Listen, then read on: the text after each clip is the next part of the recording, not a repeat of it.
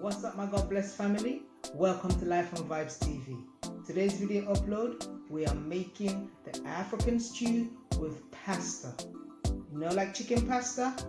Yes, we're going to make the African stew, usually eaten with white rice, but today I'm making it with pasta. So let's make a start and see how that turns out. Like, share, and subscribe. Life and Vibes TV. Bless up. So as you can see, the chicken is now cooking, and in here is we've got 2 tablespoons of salt, 2 cubes of Maggi, and also my special seasoning, which I shall, well, if you've seen my other videos before, you will know what's in there. You know, onion, ginger, garlic, jerk seasoning, thyme, blended, scallion, to get the flavor, real flavor of the spices in here, and a little bit of curry. So in here is my special seasoning: salt 2 teaspoons, 2 Maggi cubes, some curry powder 2 teaspoons, and of course my special seasoning. So we're just going to let this cook for about 1 hour because it's a boiler chicken, and then we'll get back to it. All right, in the meantime, I'm going to blend 3 tins of tomato plum with some onions. I've cut some onions in here. All right, so I'm going to blend them, and I'm going to start cooking it because we have to cook them down so that the moisture can evaporate. We have to cook the rawness out of the tomato. Okay, so I'm going to blend this and get it ready to cook. All right guys, so far the chicken is on fire, and now I've blended the tomato plum so you can have a look and see what it looks like. 4 tins of tomato plum, 1 tomato puree. You blend the 4 tins of tomato plum and let it cook down, and I shall show you what it looks like. Yes, the chicken is still happening, cooking, bubbling. You know, I was saying to myself that I hope people that listen to my real life stories, I hope they get to understand that they are true experiences. You know, like one of my subscribers, I was in discussion with them, and he seemed to be under the impression that when we die, that's it for us. Like, once we're buried, our body rots and that's it. He seems to be under the impression that we don't have no souls. And I had to really take my time, you know, talking back and forth to reassure him that everybody have a soul. And when we die and close our eyes for the last time in this world is the beginning of the new chapter. We move into a world of light or darkness. If you have a look at my real life experiences of heaven and hell, then you will see that our death here is just the beginning of a new life. And where you end up really depends on what you do here. You know, and our 70 years of life that we live here, 70, 80, 90 years, even 100 years, is like a blink of an eye to God. You know, like one day here is like 1 week to God. So we live in here and think we have lots of times to live to old age. It's nothing to God. But once we die, we go to God or we go to the devil. Light or the darkness. Good or evil. It's simple. And this world, I tell you again, is an illusion. everything we're doing here every day, going work, going church or party or wherever, when you die, you do not remember it. I say it again, you do not remember it. This world is like an illusion. Once we die, we have no memory of this world. We only have memory of our blood. Okay? So know what life is worth, and know what you're killing yourself for, and know what you hope to gain at the end of your life. But in the meantime, while we're here, Life and Vibes TV, get back to the rice and stew and chicken pasta. Okay guys, so the tomato is cooking slowly and thickening at the same time. Very steamy. So that can continue to cook and thicken up. Alright, that's just the tomato plum cooking down. And here is the chicken. Still cooking. Okay, so we'll let that continue, and then we'll come back when they're nearly ready. All right. Yeah, so guys, while we're waiting for the chicken to cook, this cooking, every time I'm cooking, actually it reminds me of something that happened to me a few years back. Real life stories, real life experience. Okay, I'll tell it to you while I'm waiting. So one day, when my first son was 2.5 years old, I dropped him off to nursery, and that was a half-day nursery. Those days they used to do half-day, so you would drop them at like 9 o'clock, and then you come and get them like at 12:30.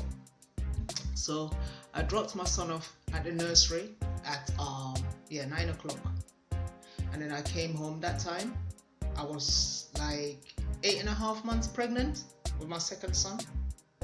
So I said to myself, let me come home quickly and cook some food and prepare lunch, and before I pick up my first son at 12:30. So this was like 10 o'clock in the morning, 10:30. I was in my kitchen cooking just like this, and then I was just standing at the cooker cooking, and then when I looked at my kitchen door, and I saw my dad standing and leaning on my kitchen door in real life, right? And the funny thing is, my dad lived in Africa. He's never been to England. So as I was turning my pot and looking like, what the hell is happening? Then I looked and I said, I was in shock, because I know I wasn't sleeping. I knew I wasn't dreaming. So I was saying to myself, but what's my dad doing in England? And he's never been to England before. And the only thing that can come to my mind was to say to him, Dad, what are you doing here? And then he said to me, UK, why aren't you coming to see me? I hadn't been to see my dad for a couple years that time. So he said, UK, why aren't you coming to see me? So in my mind, I'm thinking, but I can see him, but I know he's not in this country. So what is this? So I said to him, okay, Dad, go, I'm coming.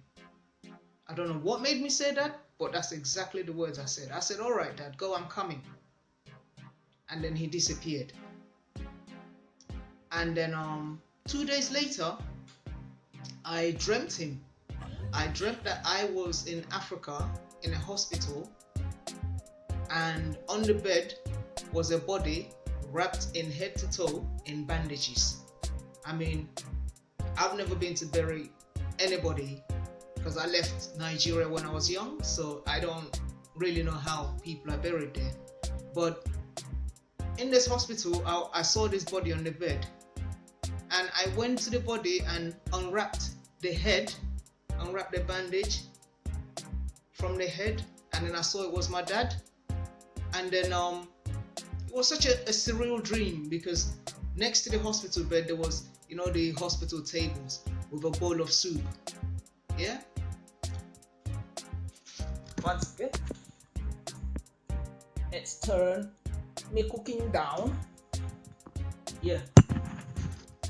So next to the hospital table there was a bowl of soup, and after I opened the bandage from this body and saw it was my dad, I started feeding him some soup from the bowl. Now I know it doesn't make sense, because when I woke up I was thinking, but if he's wrapped in a body, how is he eating soup? But this is what happened in my dream. So then I fed him the soup, and then I woke up. Yeah, so because I had these experiences of my dad, I said to myself, you know what? I'm going to call my second son. I'm going to name him after my dad, who was Daniel.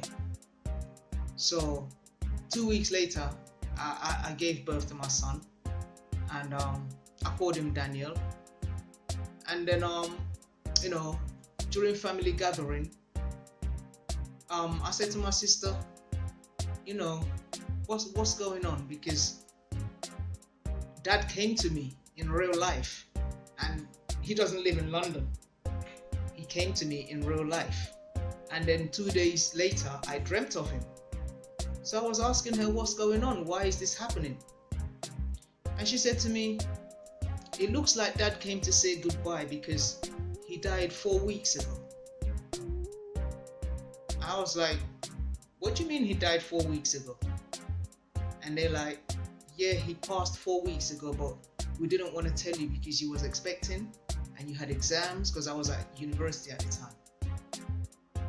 So they wanted to make sure I delivered first, and you know, before they told me, you know.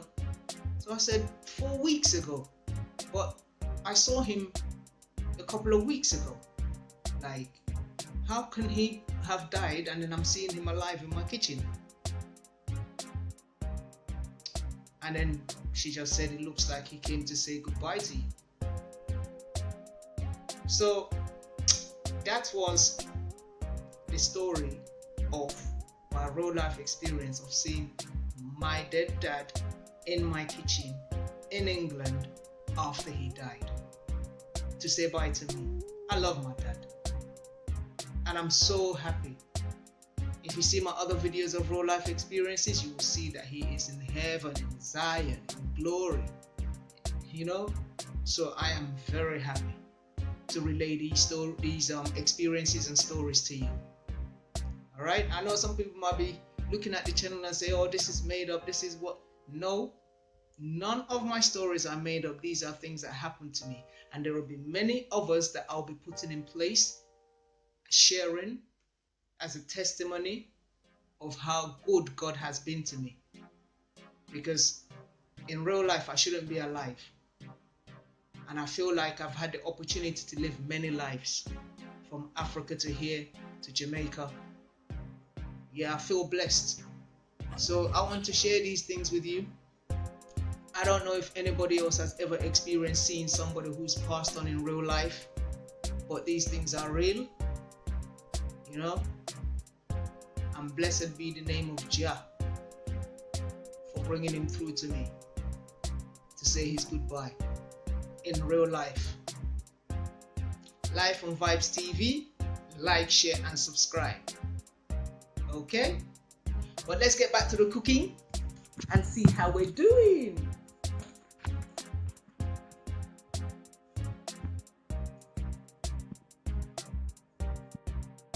Yes, people, you see that one good.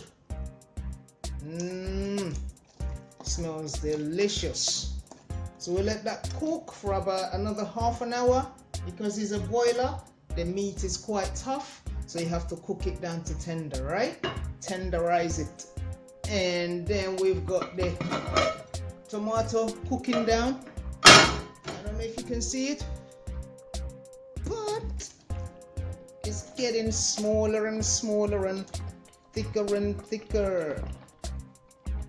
All right, so we have to cook that down until it's as thick as possible and gets out the rawness as well. Okay, process of rice and stew. Okay guys, I just want to show you when the tomato is almost ready. You can see it gets thicker and thicker, and you can see it starts spitting, like it starts, I don't know what's it, but it starts spitting, you know, it starts popping. When it's thick enough, it starts spitting, you know. You'll see some tomato fly up. Careful. All right, but you have, once you're cooking this, you have to turn it regular, like maybe every 3 minutes. You turn it until it gets thick. Can you see the thickness? That's the aim. Yeah, still gonna leave it for another 5 minutes, and then I'll take it off. Okay, this is what it looks like. The tomato is now ready, and I've emptied it into a bowl. We're ready to fry it down further with some tomato puree. Okay, so pot's ready. I'm gonna get some oil in there. You need quite a bit of oil, as it's raw tomato we're still going to cook. Okay, so put quite a bit of oil. See? And then we'll put the tomato puree, cook it down first, and then we'll put in the plum. Okay, let's see.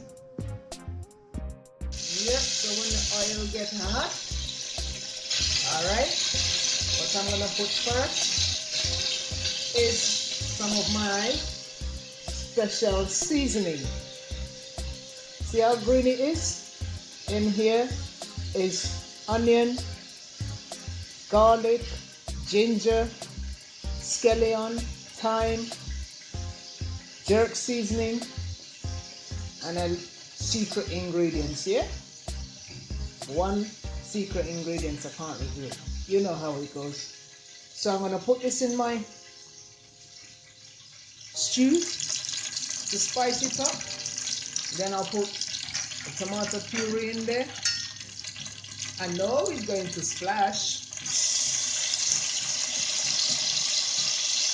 Just a little bit, because I already put some in the chicken, right? Like 2 teaspoons.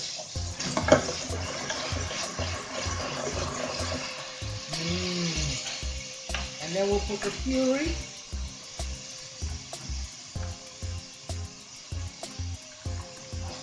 One tin of tomato puree.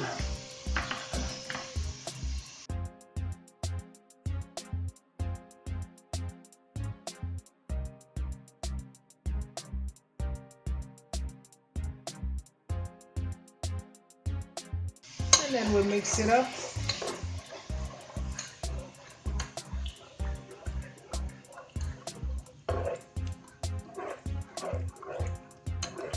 This needs to cook on slow fire so that it doesn't burn.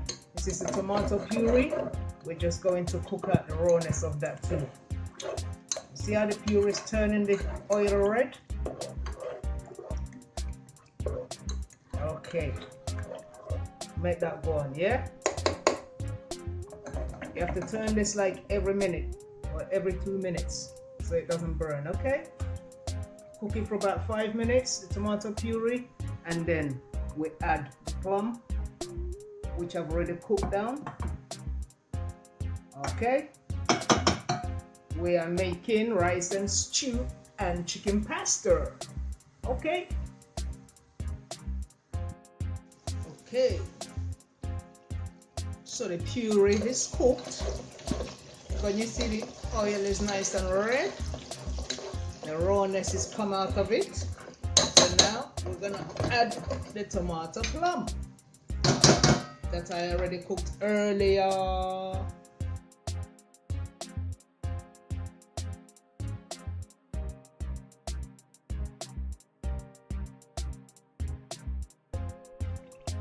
See it there now? Just leave it, turn it every couple minutes until they cook. There's a lot of tomato. Yeah. Okay, you just make that bubble. You have to be careful because it spits, yeah? You turn it every now and again. I eat that. People, see the tomato go on? When you want to turn this, take it off the fire, because if you have it on the fire, it would spit hot fire at you. Alright, so we just turn it. We're going to be turning it every 3 to 4 minutes. Or every 3 minutes to be safe. We don't want it burned. And then we'll do this for half an hour. And then it will be ready to mix with the chicken. Okay? You see how smooth and nice it is? Lovely. You see the chicken? Top one. Nice. Smells gorgeous. Cook it for about another 10 minutes. I've been cooking it for about 40-50 minutes, and then it will be ready. It's ready. I've now mixed the tomato into the chicken, and this is the beginning of the stew. See? So we'll leave this to cook for another 20 minutes on high heat, medium to high heat, and then we shall be back.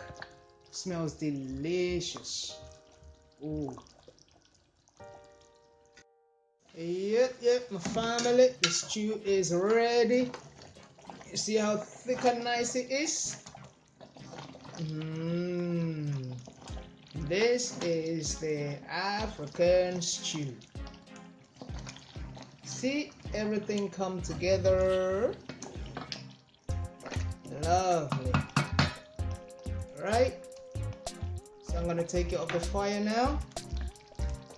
And then we're gonna get the pasta going. Alright? So see the pasta? That bubble.